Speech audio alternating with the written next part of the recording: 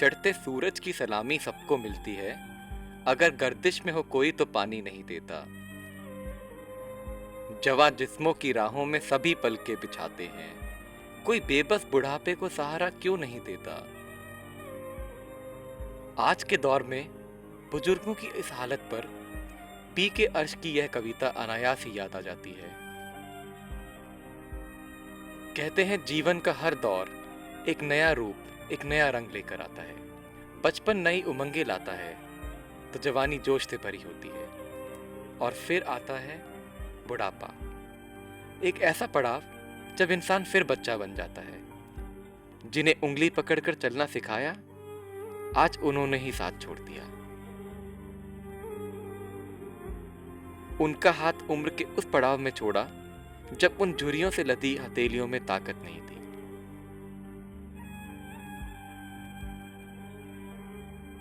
यह पेशे से एक डॉक्टर है। 81 साल की उम्र में उन्होंने सोचा भी नहीं होगा कि नौकरी से रिटायर होने पर एक दिन परिवार भी उन्हें रिटायर कर देगा। बच्चों को पढ़ाया लिखाया, उनको एजुकेट किया। उसके बाद फिर कुछ एक्सपेक्टेशंस होती है कि मेरे बच्चे कुछ करें मेरे लिए। मेरी डॉटर की शादी हो गई थी तो वो अपने ससुराल में नहीं रख रही थी। मैंने सेक्रीफाइस किया कि मैं होम में आ जाऊँगा, उसको भी पता लगेगा कि मेरे बाप ने क्या किया है। आज भी जब लेकिन इनके हाथ दुआओं के लिए उठते हैं तो मन से निकलती है अपने बच्चों की सलामती की दुआएं। भौतिक सुख सुविधाओं की असीमित होड़ के कारण आज समाज में नैतिक मूल्यों का पतन हुआ है, और उसी का परिणाम है संतान का माता पिता के प्रति यह व्यवहार। रिटायर होने के बाद कुछ पैसा मिलेगा, वो मेरे को हमें ही मिले, यही था उनका दिल में। तो पैसे के पीछे मैंने वैसे 4 साल बड़ी मुश्किल से उधर काटा है। मतलब वहाँ नहीं अच्छा नहीं लगा? अच्छा नहीं लगा, मतलब उन लोग सारे एक हो जाता था, मैं अकेली होती थी। कोई कोई बोले तो झगड़ा करती थी, बड़ी वाली बेटी बड़ी बेटी, ऐसे था। फिर मेरे से बोला तो इधर से निकल जाओ, फिर मेरे से बोला निकल जाओ घर से। फिर मैं घर से उन्होंने, मैं कहाँ जाऊँ, तुम लोगों ने लेके आए मेरे को, फिर मैं कहाँ जाऊँ, कहीं भी जाओ मरो जाकर। लेकिन आजकल का जो न्यू जनरेशन है वो जब तक उस पर बीतेगी नहीं, वो थिंक नहीं करेगा, वो नहीं सोचेगा। भरा पूरा परिवार होने के बावजूद भी शायद इस माँ के नसीब में यही लिखा था। परिवार तो बहुत बड़ा था, ऐसे की बात नहीं है, बहुत बड़ा, और अब भी है, कौन पूछता है किसी को मुसीबत में।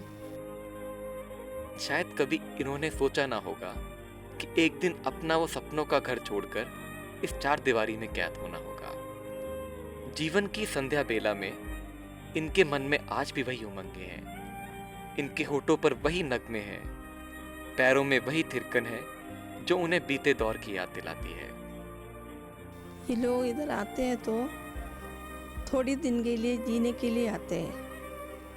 वो बोलते हैं हम मरने वाला है, बच्चों ने निकाल दिया, अभी आप लोग रहने दे दे के, तो थोड़ी दिन के लिए जब तक मरेंगे तब तक जीने दो। एक रोटी में से नहीं तो एक आधा रोटी में से उसका पेट तो भर जाते हैं, लेकिन प्यार नहीं मिलता। अपने माँ बाप को ज़्यादा रिस्पेक्ट दे दो, अपना घर में रहने के लिए उनको सुविधा दे दो। जब हमारी प्रमुख मनोरोग चिकित्सक से बात हुई तो कुछ ऐसे तथ्य सामने आए जो समाज को आईना दिखाते हैं। ये इकोनॉमिक स्टेटस के ऊपर डिपेंड नहीं है, मेंटल डेवलपमेंट के ऊपर है कि पूरा कम्युनिटी एल्डर्स का केयर के लिए कुछ सुविधाएं सरकारें और सोशल एजेंसीज जो हैं वो डिवाइस करना है। इससे फर्क नहीं पड़ता कि सन कौन सा है, शहर कौन सा है।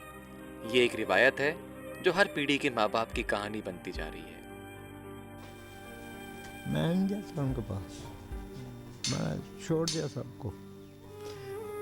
ये पोती है मेरी, मैंने 14 साल उसको पाला, छोटी सी दूध बोतल में दूध पिला पिला के पाला मैंने उसको। भाई मैं जाता नहीं उनके पास, कभी कभी आती है।